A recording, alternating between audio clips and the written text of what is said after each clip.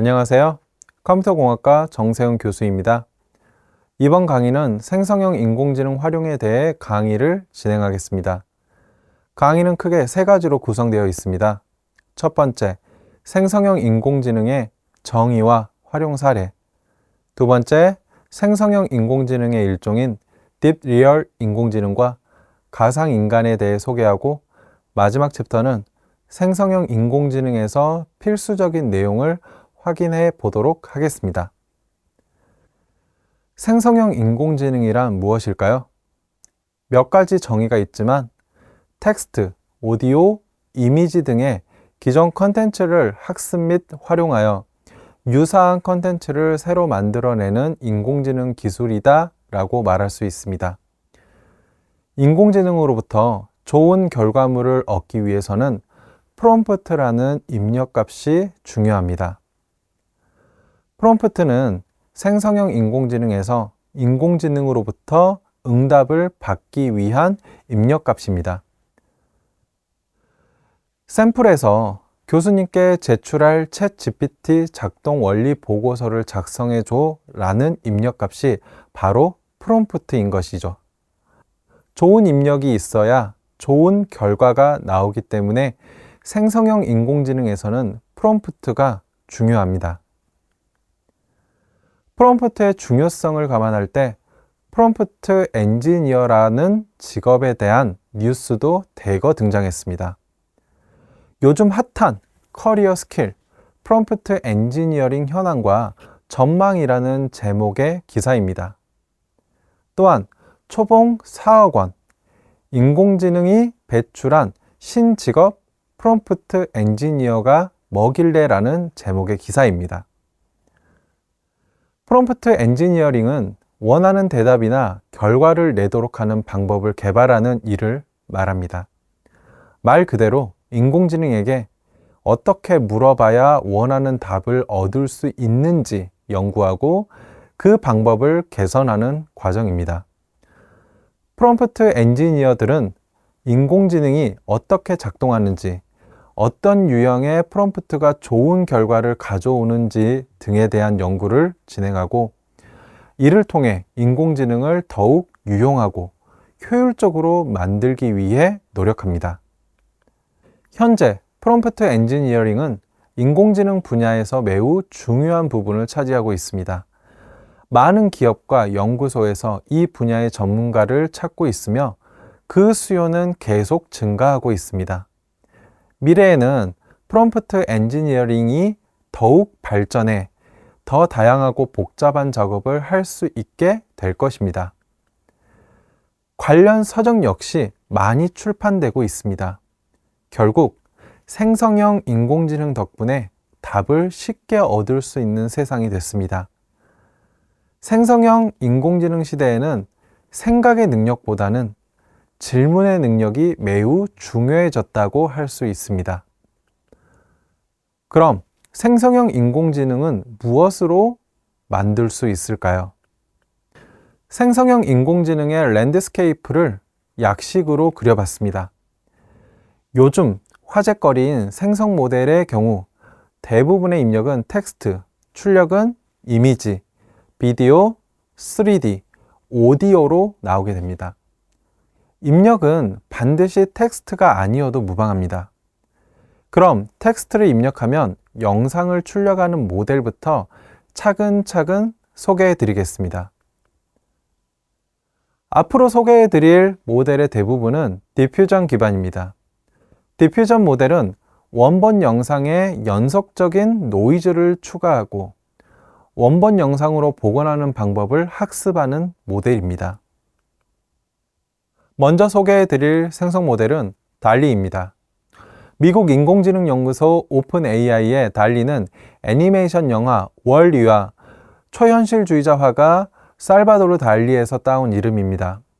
달리는 2021년 국제학술대회인 텍스트 투 이미지 모델을 처음 발표하였고, 달리2는 2022년, 달리3는 2023년에 발표됐습니다. 오른쪽에 보는 그림과 같이 텍스트를 입력하면 그에 맞는 영상을 합성하는데, 달리3는 달리2와 비교했을 때 합성의 퀄리티가 대폭 상승했습니다. 다음은 미드저니라는 생성 모델입니다. 미드저니는 작년 3월 디스코드 보스로 등장한 생성 모델입니다. 그해 미국 콜로라도주 박람회에서 미술전이 열렸습니다. 그곳에서 게임 디자이너 제이슨 앨런은 미드저니를 이용해 작품을 합성했는데요. 스페이스 오페라 극장이라는 그 작품이 바로 1위를 차지했습니다. 미드저니라는 모델이 그 정도로 강력하다라고 이해하시면 될 것 같습니다. 다음은 스테이블 디퓨전이라는 생성 모델입니다. 스테이블 디퓨전은 작년 8월 스테이어빌리티 AI에서 발표한 모델입니다. 지금 보시는 영상이 스테이블 디퓨전으로 합성한 영상이라고 하면 믿으시겠습니까? 저도 처음에는 믿기 힘들었습니다. 이런 류의 영상도 합성할 수 있습니다. 정말 공개 이후 엄청난 관심을 받았고 스테이블 디퓨전을 활용한 여러 응용 및 논란이 쏟아졌습니다. 스테이블 디퓨전은 오픈소스 라이센스를 통해 누구나 이용할 수 있는 텍스트 투 이미지 모델입니다. 코드와 모델을 오픈했기 때문에 그 응용 작품들도 여럿이 발표되고 있습니다. 슈퍼 레졸루션, 국문으로는 초해상이라고 합니다. 초해상은 해상도가 낮은 영상을 해상도가 높은 영상으로 생성하는 기술인데요. 스테이블 디퓨전은 단순 영상 합성뿐만 아니라 영상의 해상도를 높이는 초해상도 기술에도 응용됩니다. 텍스트 투 이미지의 마지막은 EDP 생성 모델로 장식하겠습니다. EDP는 작년 11월 엔비디아에서 발표한 모델입니다. 앙상블 오브 디퓨전의 약어이고요. 상단은 EDP가 텍스트를 이용해 합성한 영상이고 하단은 기존 모델과의 차별성입니다. 첫째, 스타일을 레퍼런스 할 수 있습니다. 오른쪽 덕은 왼쪽 도그의 스타일을 레퍼런스 했습니다. 둘째, 영상과 같이 합성하고 싶은 객체들의 위치와 크기를 지정할 수 있습니다. 저자는 이 방법을 Paint with Word라고 부릅니다. 작년 9월 메타 AI는 구 페이스북에서 발표한 메이커 비디오 생성 모델의 영상입니다. 정말 다양한 종류의 영상을 고품질로 합성할 수 있다는 것이 메타의 능력인 것 같습니다. 구글에서 발표한 페나키 생성 모델 영상입니다. 페나키의 강점은 보시는 바와 같이 프롬프트에 장문의 텍스트를 입력해도 문제없이 영상을 합성할 수 있다는 것입니다. 이 정도 길이의 텍스트를 입력했을 때 합성한 영상 러닝 타임은 무려 2분입니다. 이미진 비디오로 합성한 영상을 더 소개해 드리고자 합니다. 영상은 생일 모자를 쓰고 바다 밑을 걷고 있는 행복한 코끼리라는 텍스트로 합성한 영상입니다. 또 다른 영상은 맑은 카리브해에서 수영하는 상어라는 텍스트로 합성한 영상입니다. 왼쪽 영상은 로스앤젤레스 고속도로의 조감도라는 텍스트로 합성한 영상입니다. 오른쪽 영상은 눈으로 덮인 열대 정글의 드론 비행이라는 텍스트로 합성한 영상입니다.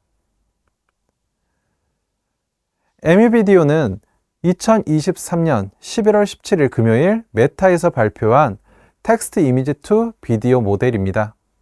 초당 16프레임으로 512 곱하기 512, 즉 4초의 길이의 비디오를 생성합니다. 자체 실험한 결과 발표된 기존 모델보다 품질 및 프롬프트의 충실성 부분에서 우수합니다. 이처럼 인공지능 발전 속도는 무어의 법칙보다 몇 배는 더 빠르다라는 것을 확인할 수 있습니다. 다음은 작년 9월에 구글이 발표한 드림퓨전이라는 텍스트 투 3D 생성 모델입니다. 텍스트를 입력하면 보시는 바와 같이 이런 3D의 영상도 합성할 수 있습니다.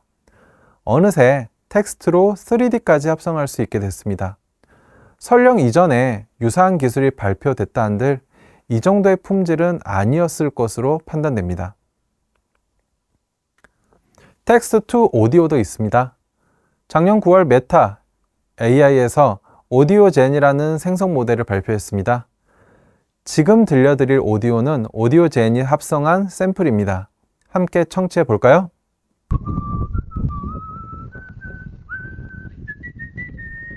Awesome. That's right. Darn. No.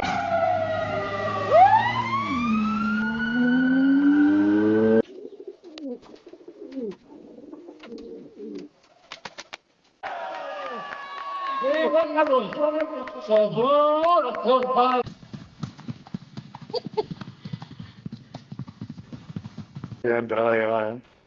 Darling.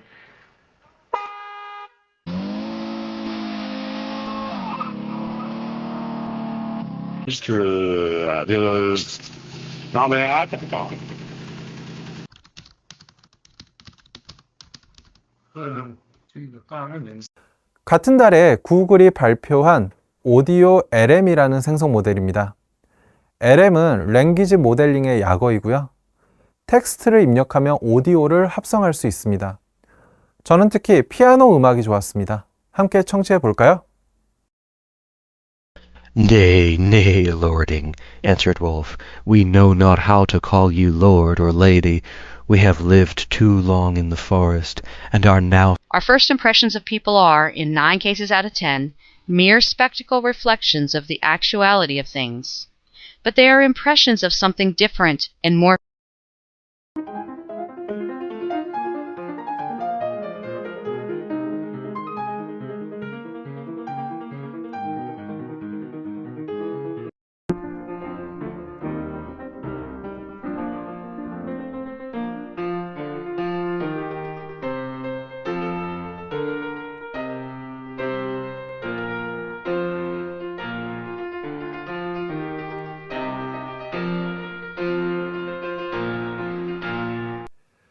이제 텍스트입니다. 소개해드릴 모델은 오픈AI의 Generative Pre-trained Transformer고 모델 이름이 기니까 줄여서 GPT라고 부릅니다.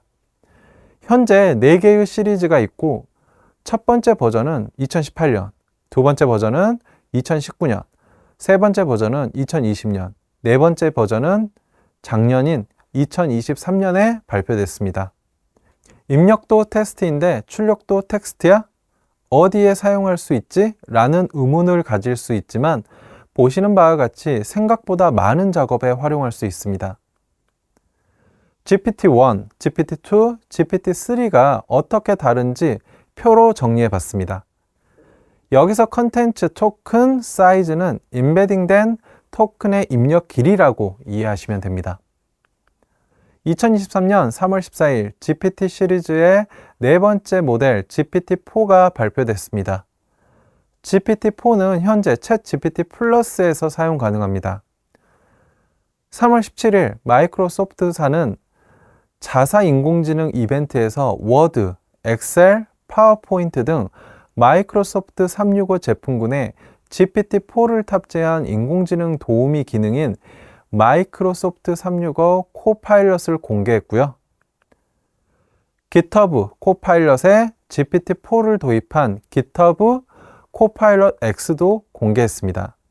2023년 11월 6일에는 오픈AI devDay에서 이전보다 강력한 GPT-4 터보 모델이 출시됐습니다. 모건 스탠리의 보고서에 따르면 GPT-5는 2022년부터 25,000개의 GPU로 학습되고 있다고 합니다. H100 GPU로 학습되는 것으로 추정되고 있고 샘 알트만은 2024년 4월 MIT 행사에서 GPT-5에 대한 학습은 당분간 하지 않을 것이라고 밝혔습니다. GPT-4는 멀티모달 모델입니다. 즉, 텍스트 입력뿐만 아니라 이미지까지 처리할 수 있습니다. 보시는 바와 같이 영화, 포스터와 함께 첨부한 이미지에 대한 설명을 해줘 라고 질의를 하면 그에 맞는 응답을 합니다. 자, 그럼 챗 GPT를 활용하는 방법에 대해서 말씀드리겠습니다. 첫 번째 방법은 In Context Learning 기술입니다. In Context Learning은 자원을 들여 모델을 다시 훈련하는 대신 이미 훈련된 모델에게 새로운 규칙을 설명하는 것입니다. 챗 GPT는 인 컨텍스트 러닝을 통해 문맥, 컨텍스트에서 추가 정보를 학습하여 주어진 상황에 올바르게 적용하는 능력이 있습니다. 그 능력을 우리가 이용하자는 취지죠. 예시와 같이 GPT로 삼행시를 써줘 대신 GPT로 삼행시를 쓴다는 것은 각 행을 G, P, T 글자로 시작한다는 거야. GPT로 삼행시를 써줘 라고 질의하는 것입니다. 두 번째 방법은 롤플레이닝과 같은 교육학적 기법을 적용하는 것입니다. 여러분, 인공지능에 역할을 부여하면 어떤 효과가 있을까요? 일정 부분 답변의 퀄리티가 높아지는 아주 재미있는 현상이 발생합니다. 모델이 어텐션 때문에 AI가 부여하는 역할과 어울리는 답변을 생성하려는 방향으로 행동하게 되고 결과적으로 답변으로 제공할 수 있는 폭넓은 경우의 수 대부분이 제외됩니다. 인간의 역량 향상을 위한 파트너로 LLM, Large Language 모델을 사용할 때 무척 유용합니다. 예시를 한번 볼까요? 보시는 바와 같이 상호, 전문가, 수행자처럼 역할을 부여하는 것입니다. 예를 들면 어제부터 속이 메스껍고 머리가 조금 아픈 것 같아요.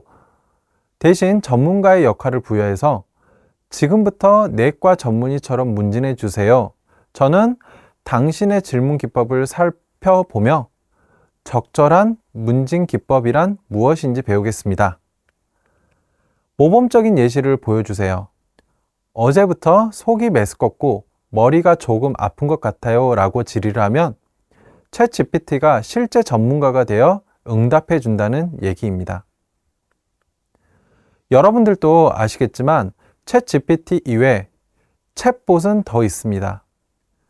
누가 저에게 한국인이 가장 빈번히 이용하는 챗봇 3개를 꼽아달라고 하면 저는 바드, 빙챗, 하이퍼클로버 X라고 말씀드리고 싶습니다.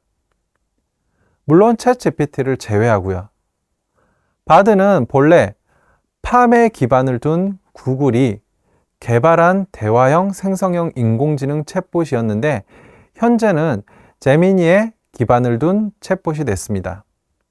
빙챗은 GPT-4를 검색을 위해 커스터마이징한 프로메테우스 모델 기반으로서 검색과 채팅 두 개 모두 지원합니다. 하이퍼클로버 X는 챗 GPT 대비 한국어를 6,500배 더 많이 학습한 한국형 대화형 인공지능 모델입니다. 챗 GPT의 경우 학습한 데이터를 언어로 구분했을 때 한국어 데이터는 전체 약 1.5%밖에 되지 않습니다. 따라서 한국어보단 영어로 질의를 하시는 것을 추천드립니다.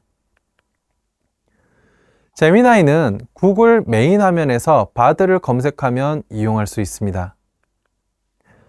빙챗은 네이버 메인 화면에서 빙챗을 검색하면 이용할 수 있습니다. 하이퍼클로버 X는 네이버 메인 화면에서 하이퍼클로버 X를 검색하면 이용할 수 있습니다. 그런데 코드는 딥마인드의 알파 코드가 더 잘 생성합니다. 알파 코드는 코드 생성 초점에 맞춰 모델을 설계하고 구현했기 때문입니다. 영상을 예로 들어보겠습니다. 프로그래밍 언어는 파이썬이고 좌측과 같이 문제를 설명하면 우측과 같이 솔루션을 제시하게 됩니다. 두 번째 챕터는 생성형 인공지능의 일종인 딥 리얼 인공지능과 가상인간에 대해 설명하겠습니다. 여러분들이 가상인간이라고 알고 있는 딥 리얼 인공지능도 생성형 인공지능의 일종입니다. 그 전에 딥러닝, 딥페이크, 딥리얼의 관계에 대해 먼저 정리해 드리고자 합니다. 딥러닝은 인공지능이 스스로 외부 데이터를 조합, 분석하여 학습하는 기술입니다. 딥페이크는 인공지능을 통해 기존 인물의 얼굴 등의 특정 영상을 합성하는 기술입니다. 딥리얼은 AI를 통해 만든 가상의 얼굴을 촬영한 영상과 합성해 만드는 기술이라 할 수 있습니다. 얼굴이 가상이기 때문에 가상인간이라고 합니다. 사실 딥페이크와 딥리얼은 큰 차이가 없습니다. 분명한 것은 현재까지 딥리얼 기술이라고 지칭하는 것들을 보면 선한 의도로만 사용된다는 것을 알 수 있습니다. 반면 딥페이크 기술은 지속해서 악용되고 있죠. 대표적인 사례로 영상 모자이크 해제 및 유명인 복제물이 있습니다. 딥리얼 인공지능도 생성 모델의 근간을 두고 있는 기술입니다. 진짜보다 더 진짜 같은 가상 인물을 자동화하는 기술이라고 정의할 수 있습니다. 전 세계적으로 새롭게 떠오르는 버추얼 셀레브리티, 인플루언서 등으로 활동하는 버추얼 휴먼을 움직임의 제약, 긴 제작 기간, 높은 운영 비용 등 기존의 한계점을 벗어나 보다 합리적인 비용으로 만날 수 있다는 장점이 있습니다. 딥리얼 인공지능이 빛날 수 있는 분야는 인플루언서, 엔터테인먼트, 기업 앤 브랜드, 크리에이터 등이 있습니다.